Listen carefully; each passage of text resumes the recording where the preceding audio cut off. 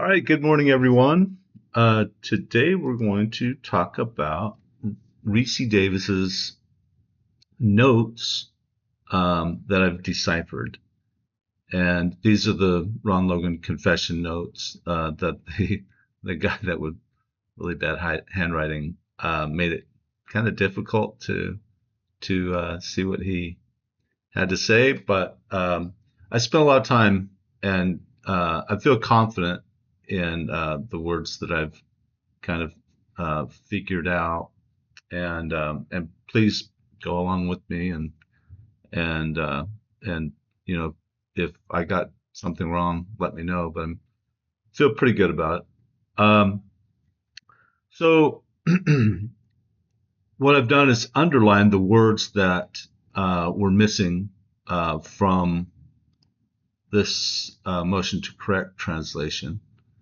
Um, for instance, the volunteered is not um, in this, but you can clearly see that it said volunteered right here. So that's one example. All right, let's start. So walking, talking about knowing one of their dads. Um, that would be Libby, I believe. That Ron Logan knew. Probably Mike Patty's actually her grandpa, but still, he was her dad. He was raising her. Volunteered, walked with him. So Ron Logan's saying that the girls voluntarily walked with him, which is probably true. At some point after he pulled the gun on him and made him go down the hill, he probably put the gun away, and they were complying, and then he just started talking with them. One of them wanted to turn around. That would be Libby. He grabbed the youngest shoulder. He grabbed Abby's shoulder to reassure her, it's okay. And the oldest freaked out, got paranoid, and grabbed her. Now, they forgot this whole line altogether.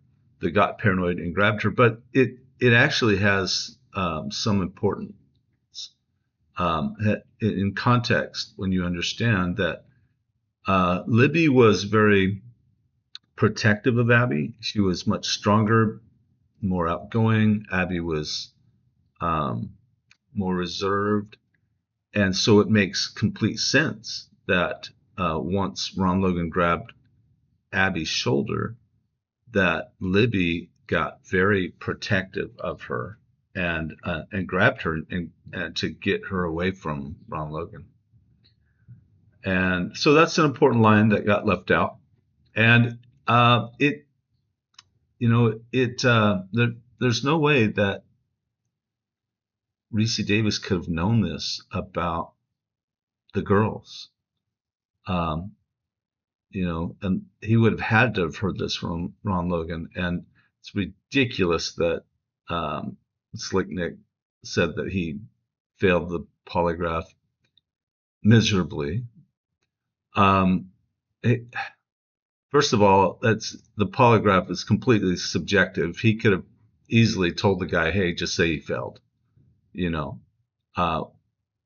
because it's subjective. That's why they don't allow it in court, and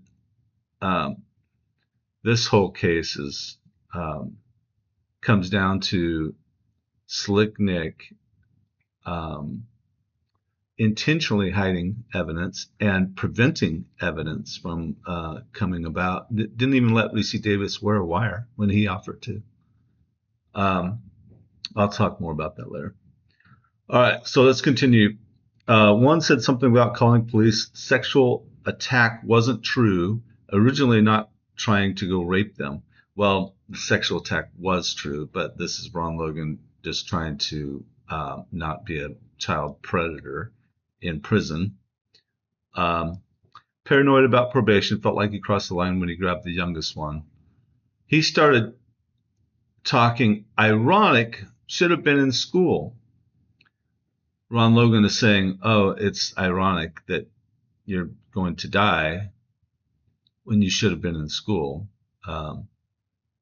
They just had a snow day, and that's why they were out of school. They weren't ditching school. The school was just canceled. Um, and it's sad but you can tell this is something that Ron Logan had actually thought through. In his mind, it was ironic that, um, you know, that they became his victims when they could have been in school. Um, Talking to them, now this whole part was just left out, doesn't really have much um, significance, but, it does say that he was in fact talking to them, talking about how he knew one of their moms worked at a bar, animals. He walked with them, willing to check out, willing. Oh, okay, here we go. So this is Abby, willing to go check out horses. And he said he told them he had rabbits in the barn. Um, and so, um, all right, now this next line, walk through trail in woods. Um, there's no way for Ricci Davis to have known that they were walking on a trail through the woods. They were. If you've seen where the bodies were found, it's attached to a trail that goes up Ron Logan's hill, and um, so they did walk on that trail partly way up the hill, and Libby turned back.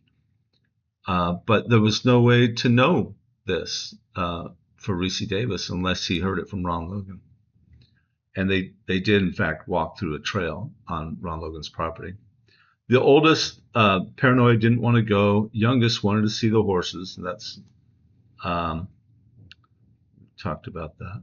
Oldest turned to help the youngest. Again, Libby is very protective of Abby, and she would have tried to help her. Oldest started larking. Now this word took me a little while to figure out. A lark is a bird that is the first to sing in the morning, first to start making noise, and he couldn't quite figure out this word, and it took me a while to figure it out. But in fact, let's go look at the word. Here's the larking. That's definitely a K. If you notice, his K's are separated. In there's another one right here somewhere. Doesn't matter. Here's a K. So that's definitely a K and definitely an ing. So larking, meaning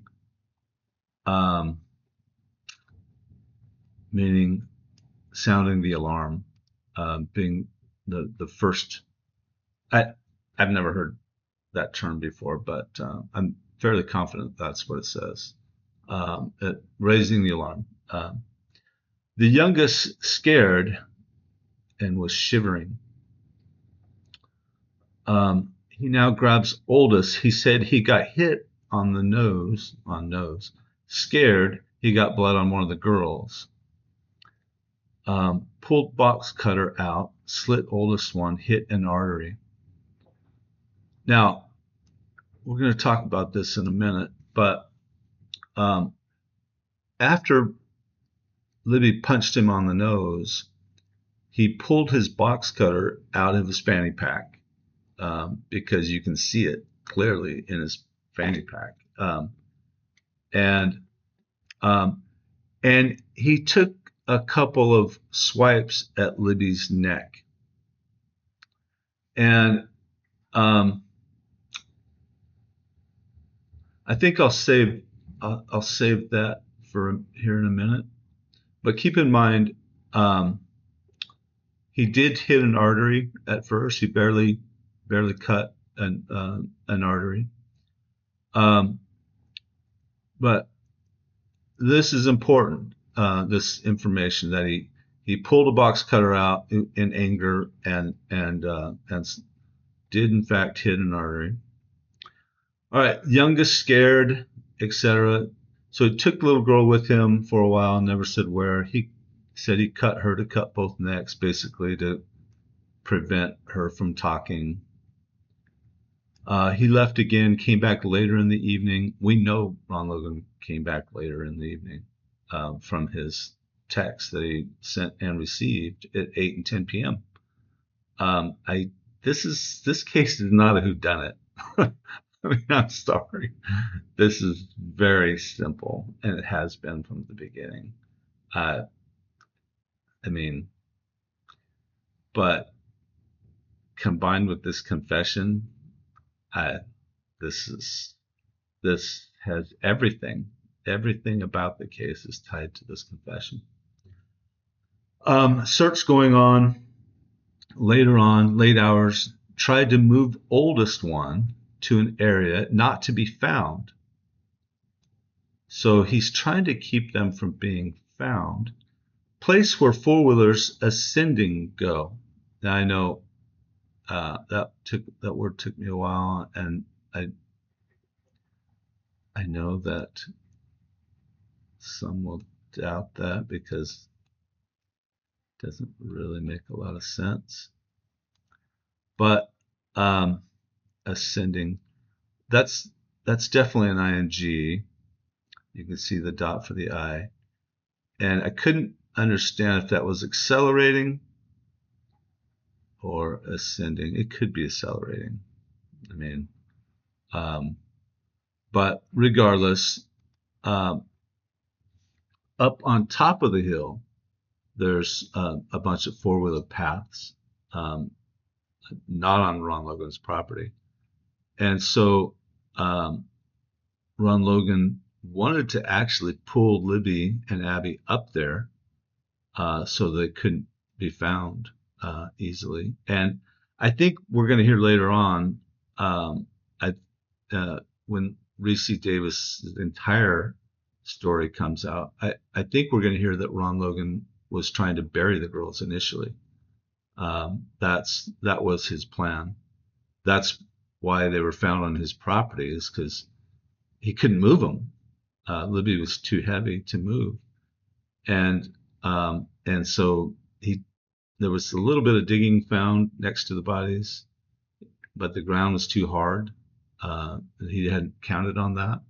Being a warm day, the ground was still too hard to dig through, and so he was really foiled at every turn. He couldn't move the bodies, couldn't dig.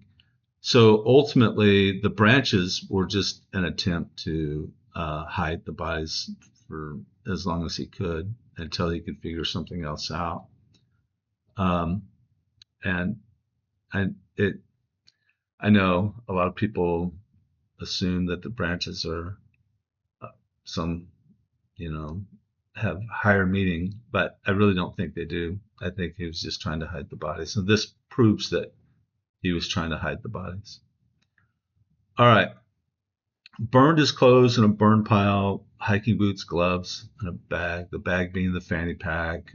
The gloves I talked about in my last video. The fact that he was wearing gloves is a huge clue. Could the soles of boots be discovered in the burn pile? So I think this is Ricci Davis asking this police officer that he spoke to, just thinking out loud, can those be discovered? Can we go find those? He knew where the burn pile was. Ron Logan told him. It could be that the officer was just thinking and put that in the notes, but I really think that came from Ricci. But this proves that Ricci Davis was not lying, because this could be corroborated. This evidence can be found. He knows there likely would be evidence discovered in the burn pile, and everything he's saying would be verified. There probably still is this evidence in the burn pile. And to this day, it's been neglected. Um, 8 years later, I still think they need to go through that burn pile, and you will definitely find evidence of him burning his stuff. So the next morning, two of the girls knocked on the door, asked to search on property. Feel weird if he said no. So keep in mind, Ron Logan was very territorial about people searching on his property. He did let, someone search the night before, but then told them, hey, keep other people off. He prevented people from searching his property. So, but the next day, a couple girls did knock on his door and ask permission. So he said yes. He let them take off, got a hold of a family member to get out of the area. So the other one says, and got out of area. So he got a hold of a family member, his cousin, to get out of the area, meaning to put himself out of the area at the time of the murders. I don't think he got out of the area. I mean, he did go shopping the next day, but I think it meant to place him off the property. All right, this next part is very important. First time he's seen them from property home. Hard to enter, etc., guns, etc. So he's talking about where he first saw them from right here, from this window of his upstairs in his house. What does that mean, hard to enter? Well, Ron Logan had locked off the stairs to that upper part of his house so that other people couldn't get in there. Even his girlfriends weren't allowed up there ever. He had it all blocked off because he had guns upstairs, and he didn't want anyone to know he had these guns. He wasn't allowed to. He had over 100 guns up there, and so he made it hard to enter the upstairs to keep people out because he's mentioning his guns. But this is huge. That the fact that he had seen them from his home, and he's specifically listing where in his home that he had first seen them from his upstairs, the place where it was hard to enter, where he kept his guns, right here. And this is something I figured out years ago, that because this lines up perfectly. This is in perfect alignment with where the girls got dropped off. So that's, pretty significant that he's not only mentioning that he saw them from his home, but he's mentioning where he saw them from his home, from his upstairs. All right, during struggle, youngest girl scared, not moving. And this is interesting that he abbreviated that word, but it is what it is. Happened to friend, so it also happened to her friend, Libby, continued to stand there. So Libby froze up as well. It makes sense that she would have. And at some point, Libby sat down and apparently head back. Now, this word, I admit, is probably the hardest word to figure out. But I think it says her head was back, and she initially had wounds on her right side, and was probably covering her wound like this, and then he cut her neck artery. So little details. make a huge difference in this case. And so there's been some um,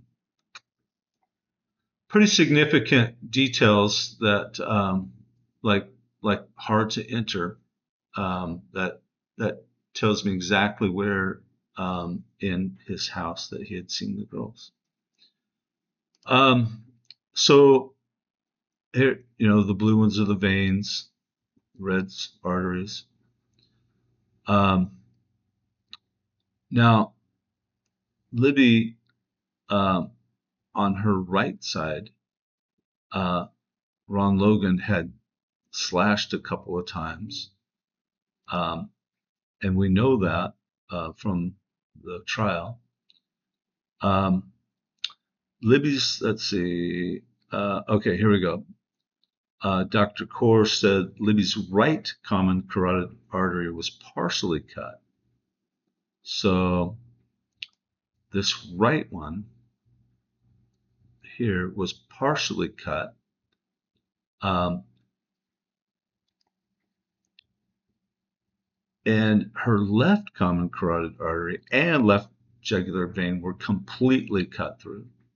So this one on both of these were completely cut through on the left side. What that tells me is when he first initially tried to cut Abby's artery, he because he was left-handed, and this is huge. I didn't realize until I read this article that you can tell that the killer was left-handed, because initially he used his left hand to try to cut through a couple of times. In fact, it says the largest wound on the right side of her neck had what was called a tag at the end. He said it's more like an X pattern, that, and it would have been someone trying to make two passes with this sharp object, trying to be on the same line, but not being fully accurate. So Ron Logan initially had cut her here and then tried to cut through the same line to get a deeper cut. And so this tells me this was not the time that he came up from behind her.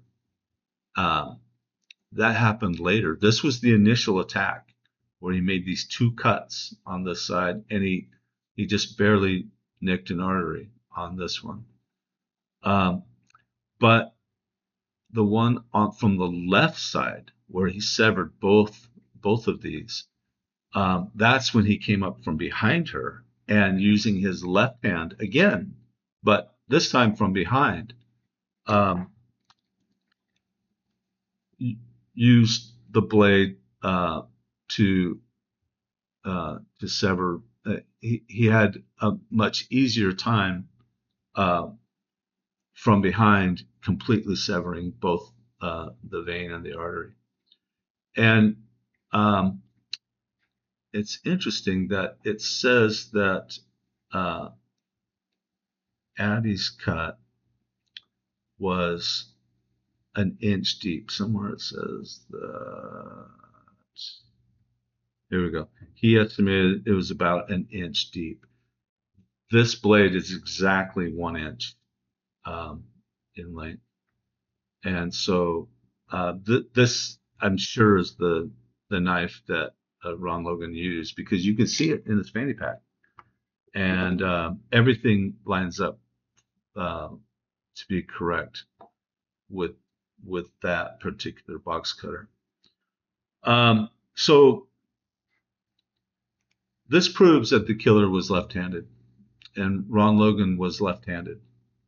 And for any of you that doubt me, please feel free to say so in the comments. But I know for a fact he was.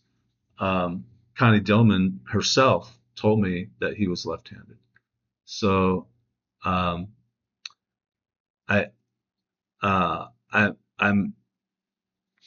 glad that this proves that. I was hoping we could find that out, that the killer was left-handed, and this in fact proves that he was, because the initial attack was using his left hand, and the final attack on this side from behind he was also using his left hand. So I was really happy to, well, I mean, because Judge Gould didn't let us see the trial, I didn't know this testimony existed until I was able to read it here. Um, so,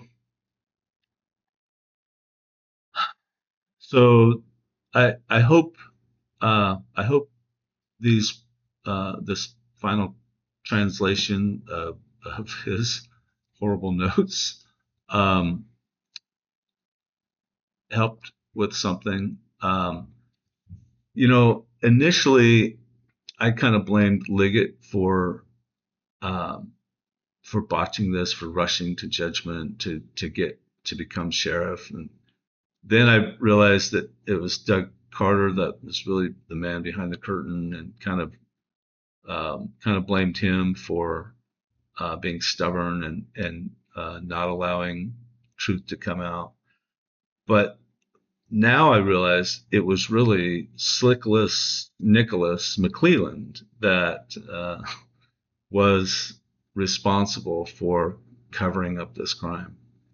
Um, he could have, from the very beginning, figured out that it was Ron Logan, but because he was a family friend, he was going to cover for you know the good old boys, because he just wouldn't even consider it being him, and um, was being a good old boy.